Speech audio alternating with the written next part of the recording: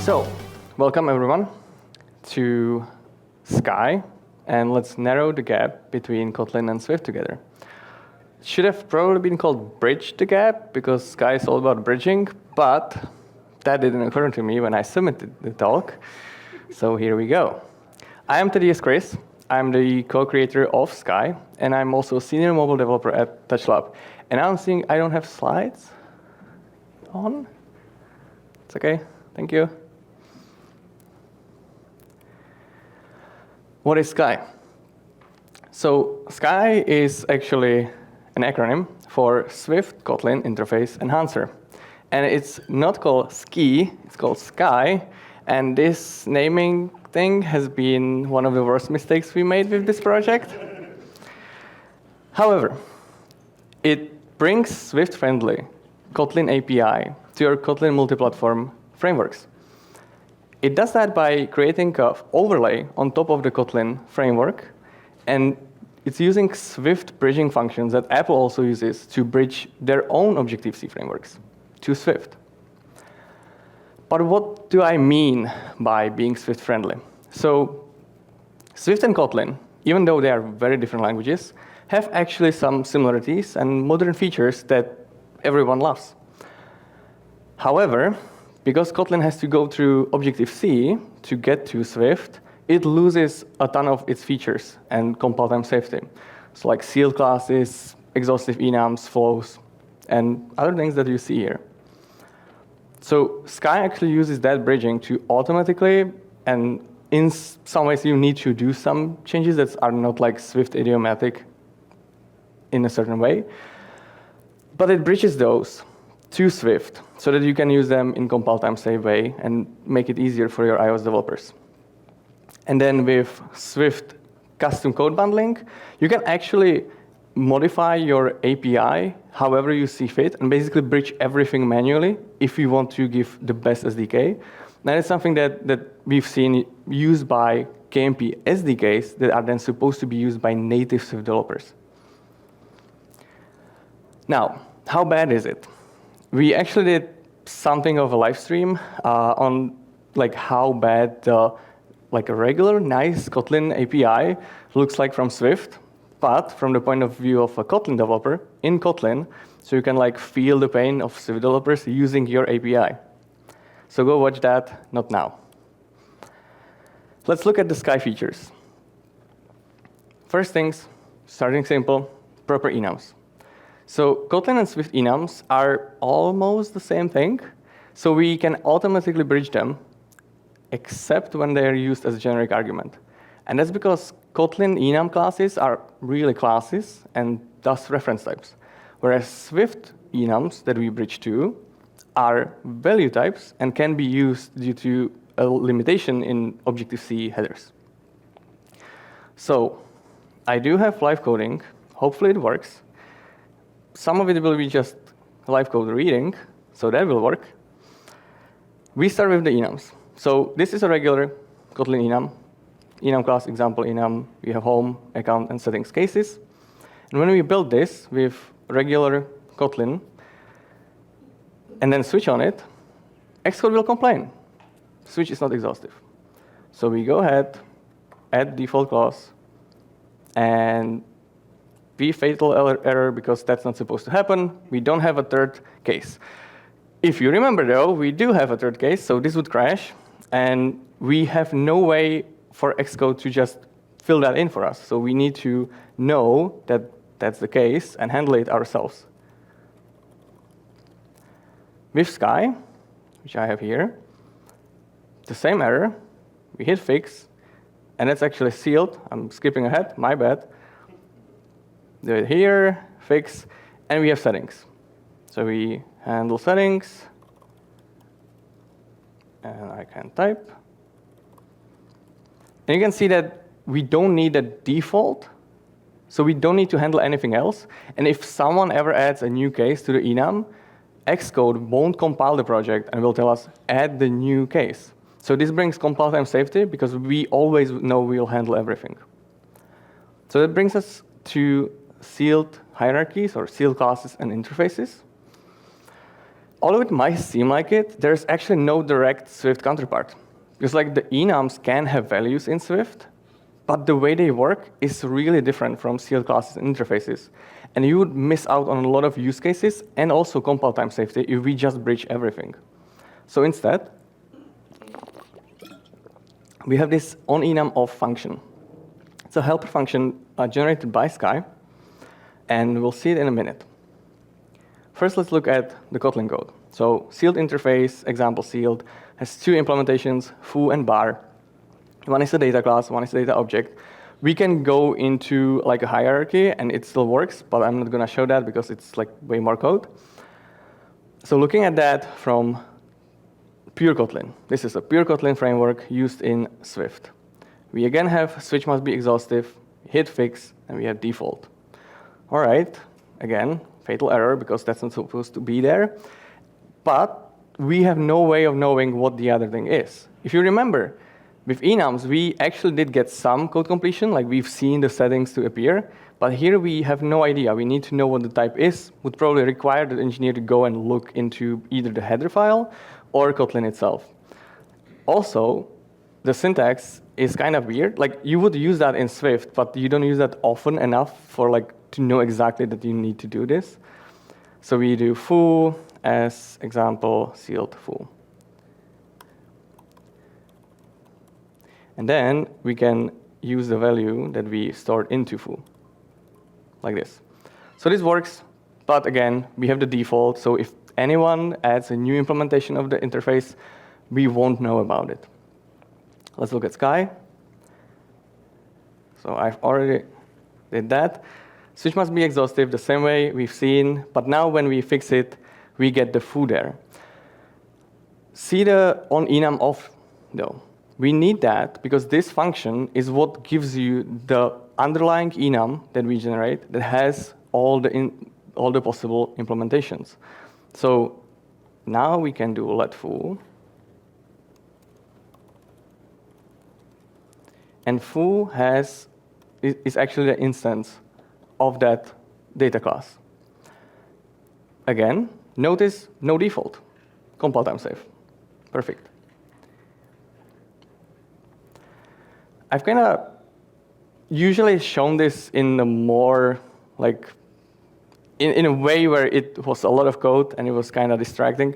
So I've decided to join suspend functions and flows together and just quickly show like what SKIE does for them, because the main ingredient here is SKIE brings cancellation to suspend functions and flows when you collect them, because collecting flows is basically just a suspend function, right? Coroutines in Kotlin are similar to Swift concurrency, but there is one big semantic difference. And that's where the async scope is coming from. So in Kotlin, when you have two suspend functions, one calls the other, the caller decides what the callee will run on, what scope it will run on. The callee can then switch to a different scope, but by default, it will run on the caller scope. So if the caller is running on the main thread or main scope, the call function will also run on main. In Swift, it's the other way around. It's the callee that decides what actor or what scope it's going to be running in. And because of that, there's been some issues reported, like deadlocks with databases, because without SKIE, Swift is just using syntactic sugar to give the Objective-C that Kotlin generates the ability to use the await. So you can use await, but you don't have cancellation, and you really are not using async, Swift async. It's just a synchronous call that then calls the callback, and it's just nicely and tightly wrapped.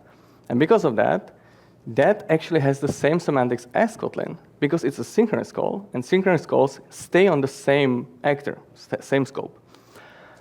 So make sure, if you're using this, make sure to always switch at least your database, because that's where it's really important with transactions and stuff.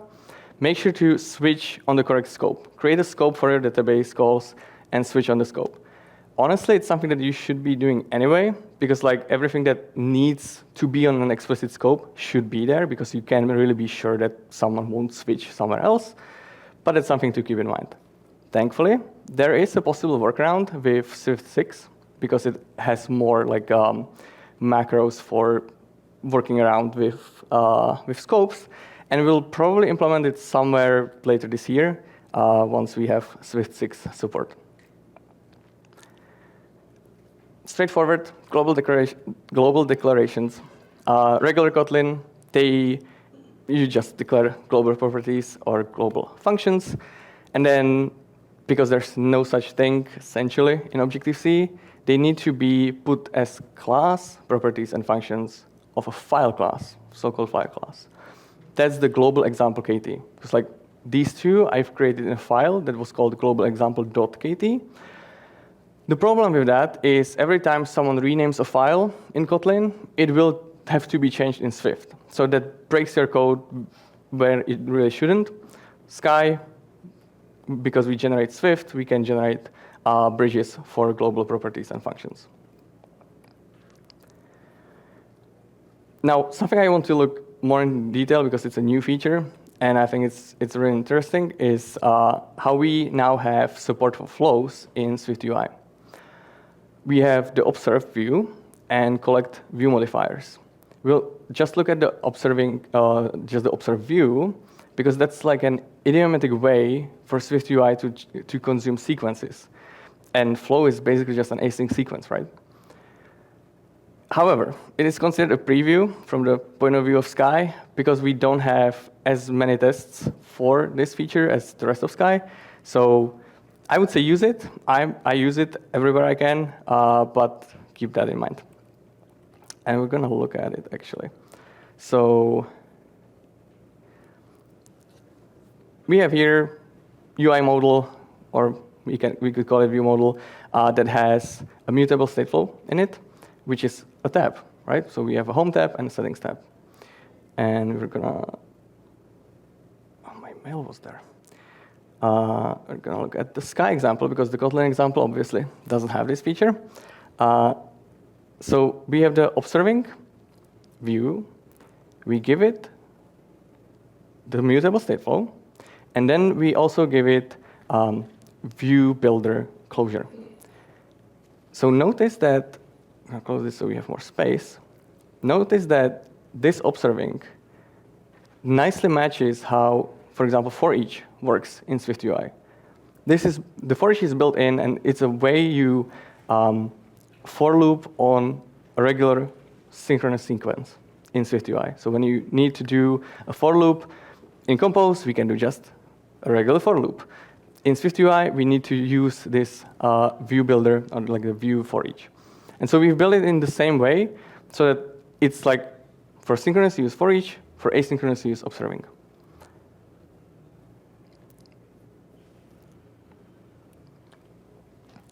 And now we're getting to the good stuff.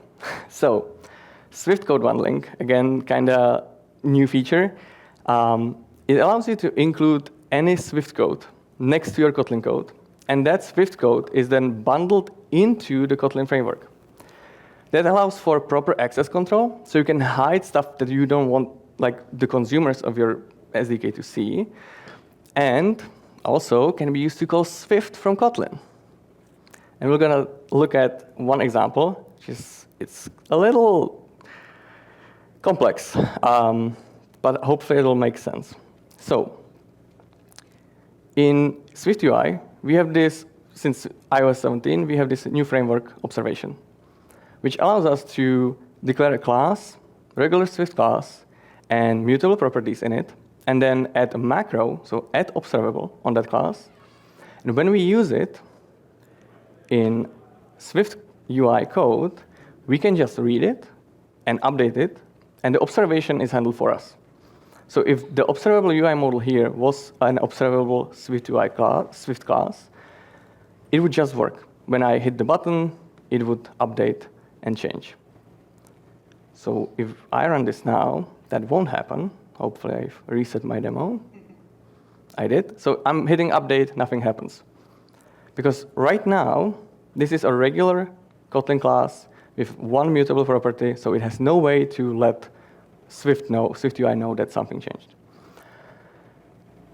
Normally, we wouldn't be able to do anything about that because the observation framework is native Swift, and we aren't able to call Swift from Kotlin.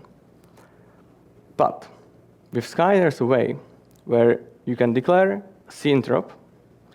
So in here, you can do header files, or you can put it directly in the def file.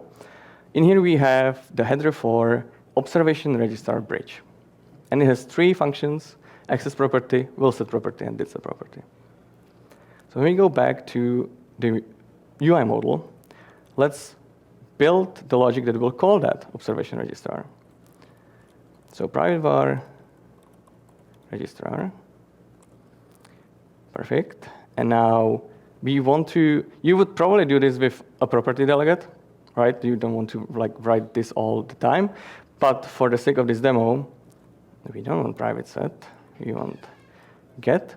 And then we're gonna call registrar access property and give it the hello world name. And then return field. And for set, we do registrar will set property, the same name, hello world, field, set the field, and then registrar and did set.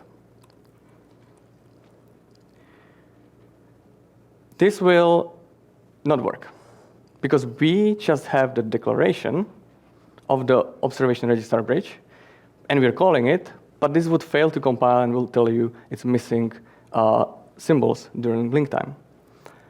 So I've already prepared it because it's a little convoluted, but you can then go in the Swift file that you just put next to your Kotlin file and declare the implementation of that Objective-C class. So it's a regular Swift class, but we annotate it with @Objective-C and the name that's expected from the header declaration. And we do the same for its functions. So here we have the access property, will set property, and did set property. There's some more magic that I'm using here to actually call this Swift observation registrar. So this is a Swift, I believe it's a class, it doesn't really matter, Swift declaration, and we're calling it from here. And because we already declared it in that def file, Kotlin can call it through this bridge. So when we build it now, assuming it builds in time for dinner,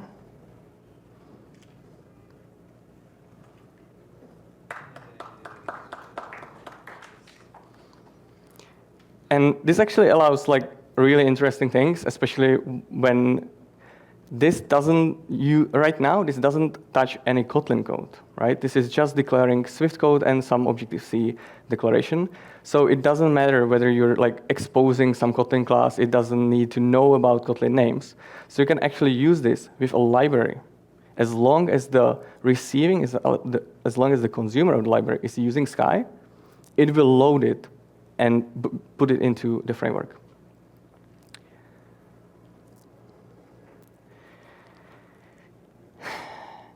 This is a fun one.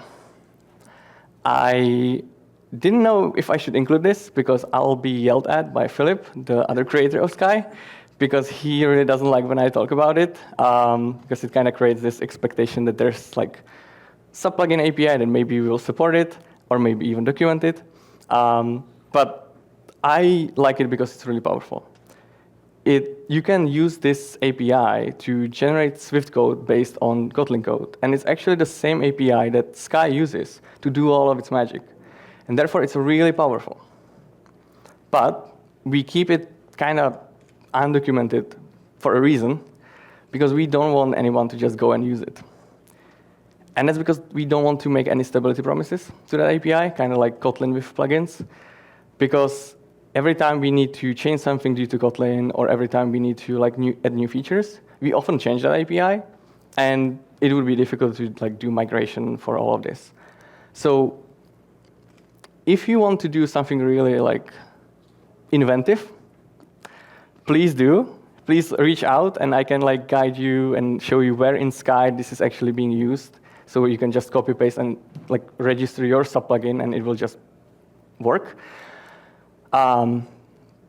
But I'm obligated to say don't use it in production. We're not done yet with features. We have combined support, not that anyone cares. We have default arguments that are unfortunately basically going away soon-ish. Already they are limited because of caching. All the cached libraries can't use default arguments unless you disable caching in Kotlin native. And that's because for default arguments, how they're implemented now, we need to change the IR. So we need to add new stuff into the same class. And we can do that for cached things that are already compiled into binary code.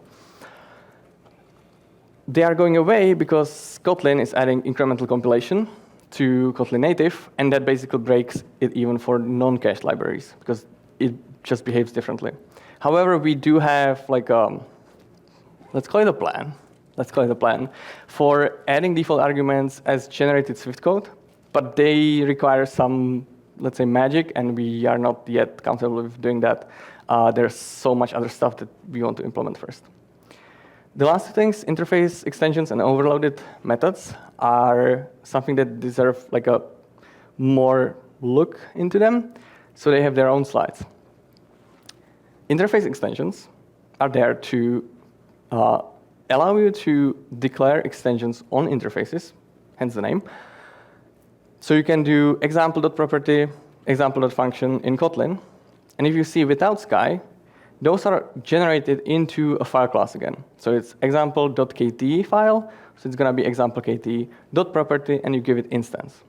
If you do the same extension on a class, Kotlin will actually use Objective-C syntax to put them directly into the interface, the instance. So you would be able to do the same thing we see here with SKIE for classes, but Objective-C doesn't support it for protocols, which are interfaces. Swift does, so SKIE brings those, and you can just call them as you would expect. And lastly, this is something nobody ever thinks of SKIE doing, because it's not something you ever really think that would need to be done. I think it's either an oversight on the Kotlin side that this has to be done by SKIE, maybe a bug, we don't really know. But overloading functions with parameter types is something that both Kotlin and Swift support. And because it's only done in the header file, it would be possible to do in Kotlin itself. But yeah, we basically do this in SKIE so that you don't need to do the ugly underscore. And if any of you have underscores in your KMP iOS code? Yeah, that's bad. Yeah, don't use that. Don't use those decorations. rename everything. Yeah, so it's the reason why I'm mentioning this. It's lesser known feature of SKIE, and it's one of the things that can be disabled. Everything else, well, maybe the interface extensions also fall into that category, but they are additive things, right? They add to your API, they don't change it. But this can lead to a compilation errors when you apply SKIE to an existing project if you already used something with the underscores. So keep that in mind, because you can disable it. It's really integral to how SKIE works. How many of you are using KMP in production? Okay, and how many of you are using SKIE? Okay, so let's look at getting started. Let's get you all using SKIE. So your code probably doesn't look like this, but wherever you're applying Kotlin multi-platform, in that module where you also build your framework in, you can do it in other modules, you'll get the warning. There is some usefulness to applying SKIE to other modules, honestly, but because of the warning, people kind of like don't do that. And that's the Swift code bundling, because you can do it in other modules, but you will get a warning. Hey, you don't have a framework here. Are you sure you're applying it correctly? We will be coming up with a new Gradle like a second Gradle ID that won't have that warning and will be just for code bundling. But right now, all you have to do is add SKIE. It's RC for 2020. I'll talk about that a little bit more in a second. But basically, this is all you need. You just need to apply SKIE, and it starts working. It will automatically discover all your frameworks and do all the stuff on all the exposed things. However, because it does change things, even though we try to like make it as compatible to the previous code as possible, you may want to disable some of the features. And there's a lot of ways to actually adopt SKIE incrementally. You can do Gradle configuration, so you can, like, say, a group of classes or everything in your project has disabled all the features, and then you can start enabling features in like a new code. So every time you add a new package, you would add that to the configuration and enable it for that group. You can also use annotations in your code to selectively enable, disable stuff, or configure them. And if you want to get most out of SKIE, without paying like a penalty for compilation, we try to, like, the overhead is really low. Especially in the newest release, we've done a lot to parallelize a lot of the compilation and do a lot of, like, stop doing a lot of stuff that we were doing previously to minimize the overhead. But still, try to export as little as possible from your Kotlin to your Swift. That's general, it's not just SKIE, but for SKIE it's like doubly important because everything you expose, SKIE needs to process, and SKIE needs to generate Swift code, needs to compile it and link it. Let's look at what's next for SKIE. So we have this release 0.9 that's coming. It's kind of major, but also at the same time invisible in terms of, like, if you upgrade from 0.84, or what's the latest version, to 0.9, there's no new features, there's nothing that's really changing for you. But the big change is the universal Gradle plugin jar file, where previously we had multiple jar files for the Gradle plugin, and it would load depending on your Kotlin version. So I don't know, I'm going to go back to this, I forgot to mention. It doesn't matter which Kotlin version you use, as long as it's in the range that we support, which is 1.80 to 2.020. SKIE will automatically pick up implementations for the right Kotlin version, both in the Gradle plugin and in the compiler. So it takes care of all of that for you. And because of that, we previously had multiple Gradle artifacts, and they would get loaded. However, each time we released a new version of SKIE, Gradle repository caching would lead to some files not being found. And if that file was the Gradle module file, that file is actually optional. And it tells Gradle, well, this doesn't have multiple variants, so just load that jar that's there. The jar is empty, by the way. And it would crash on, like, class not found exception or error. So that was fun to, like, debug every time we released a new version, someone would come. We always try to wait like 2 days before we release the statement that, hey, new version is out.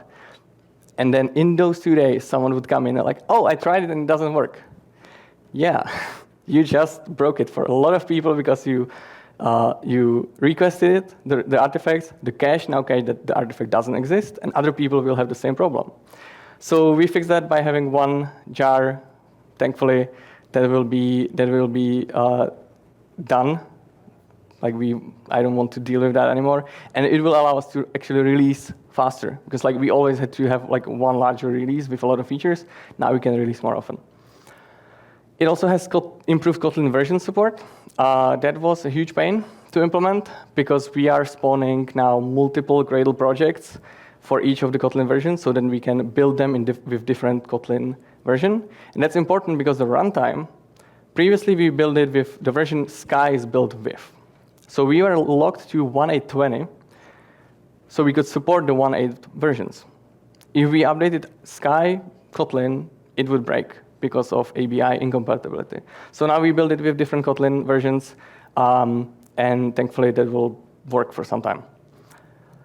And as I mentioned, we currently support 1.80 to 2.020. Our roadmap is kind of a unsorted bag of features that we would like to do. Like what you see here, these are kind of like low-hanging, not necessarily low-hanging fruits, but something that a lot of people appreciate. Like the observe in-out, when you've seen the like observing view, that is read-only at this point. So if you have mutable state flow, you need to implement that binding. I don't know if you noticed, but you have to like implement something else to change the value, which is fine, but for things like the tab view, that takes in a binding. So we want to do, like, you just get the binding directly and you just pass it into Swift UI things. Swift 6 concurrency safety for Kotlin itself, not just the SKIE things, but basically like being able to annotate something in Kotlin, like this is unsafe sendable, or maybe everything will be unsafe sendable. We don't know yet, but it's important and we're looking into it. Support for value classes, it's kind of straightforward, and Vision OS support. I actually built a prototype.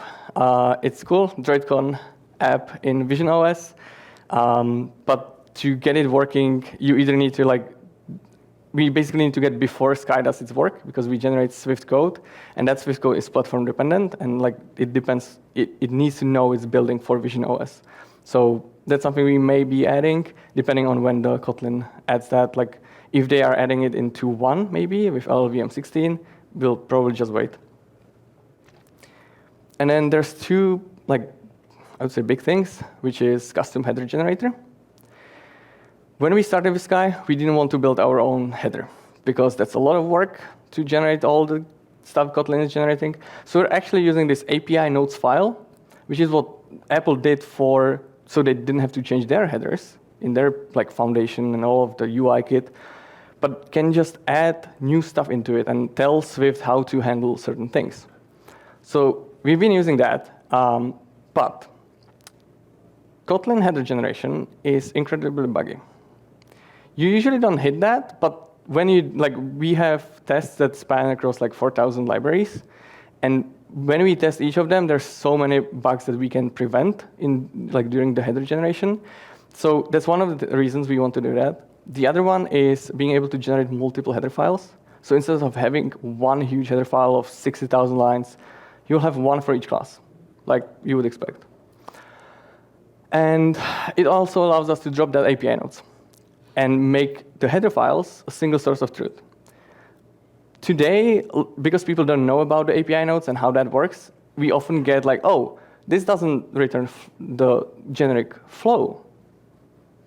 Fix it, please. Fix it in SKIE. And we're like, it actually does. If you look in Xcode would show you that it returns the generic flow, but it's in the API nodes file. That's where we override that. So we'll be able to drop that. It's gonna be great. And lastly, we do have a kind of prototype for multi-module support, or submodules. So you would be basically, no promises. It's possible that with recent SKIE changes, it might not work. But that prototype basically allowed us to group certain parts of Kotlin to, not Kotlin, but your implementation, to different submodules of the framework. So instead of import your framework, and you import everything that you're exposing, you would be import your framework.data, that would be your data layer. Import your framework.ui, that would be your representation layer. Only those classes, so your Swift doesn't get blown up with so many things in code completion. But again, no promises. And then there's this third-party library Swift bundling. So I mentioned you already can do that, but it has limitations. If you use any Kotlin, you have to tell your users to expose that Kotlin, those classes, and expose them to the final framework, and hope that the names will be stable, or they need to enable stable type naming in SKIE, which generates type aliases for everything with packages. So what we want to do is, instead, we would pre-process that Swift file that you wrote and be able to match everything and make sure that either those things are exposed if you want them, that's the conditional includes, or not add that Swift if it's not going to be exposed in the framework. We also want to add some kind of templating. So instead of using the sub-plugins to just go, every class that's going to be exposed, do something, you would be able to do that in a template file that would then generate the Swift for you. And that would be something we could support with a contract long term. And Xcode project generator, currently when you're editing Swift code next to your Kotlin code, you don't really get code completion, or it's very limited. If you have IntelliJ IDEA Ultimate, I believe, there's a Swift plugin that kind of sometimes works. We want to be able to generate an Xcode project for that code that will basically let you write Gradle, edit Swift in this module or whatever, and then it opens up Xcode project, you edit whatever, save it, close the project and it's gone. It's just a temporary project. And lastly, we want you to tell us what you're missing or what of those features you believe are more important than others, so we can prioritize them. Or, better yet, if your company has a need for this and you're like, oh, we need the third-party bundling, hire us and we can do it faster. I want to quickly look at some frequently asked questions, because I think some of them are kind of fun. When will SKIE support a certain Kotlin version? This is a question we get with every release. Usually right after the release is posted on GitHub. Fun fact, just because the release is up on GitHub doesn't mean the artifacts are in Maven Central. So we can't actually even release SKIE even if we were like ready 2.5 hours after. The reason why it's taking so long to like release a new update, why like it can be a day or two, is that both Kotlin compiler and SKIE are super complex. And even though we try to like support every RC version of Kotlin, sometimes they break things that require more work on SKIE. And that brings me to our huge test suite. We have, I think, almost 1,000 acceptance tests, but more importantly, we have type mapping tests for like a lot of combinations of type mapping, and then external library tests I already mentioned. So it's like 4,000 libraries. And as you can see, hopefully it's not too small, it runs long. And we basically need to rerun it with every change, because the complexity of SKIE and the compiler can mean that whatever you didn't like, and if it shouldn't do anything, but then a couple of libraries will be broken. And so if people are exposing those libraries or code similar to them, it will break their project. So it takes forever, and we can't really run all the like axes of the matrix. So we try to like kind of do enough, hopefully, but sometimes it may like break in like an older Kotlin version. So if that happens, tell us.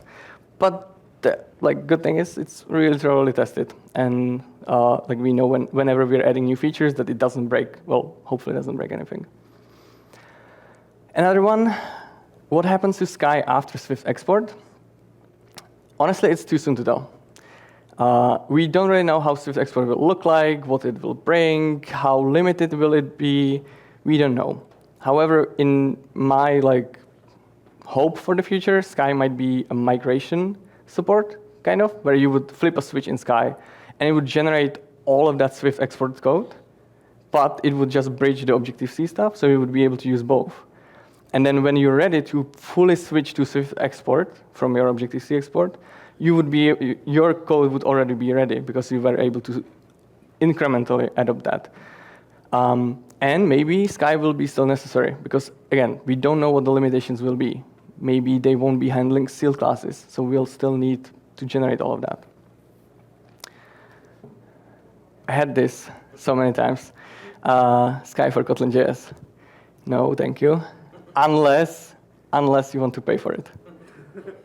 If your company has a business need for that, we can build it for you. Just keep in mind, SKIE took like 2 years in 2 people. It is complex, and I think the JavaScript might be like different, but also really complex. We'll see. Well, hopefully we won't. But so thank you, everyone. Let's open it up for questions.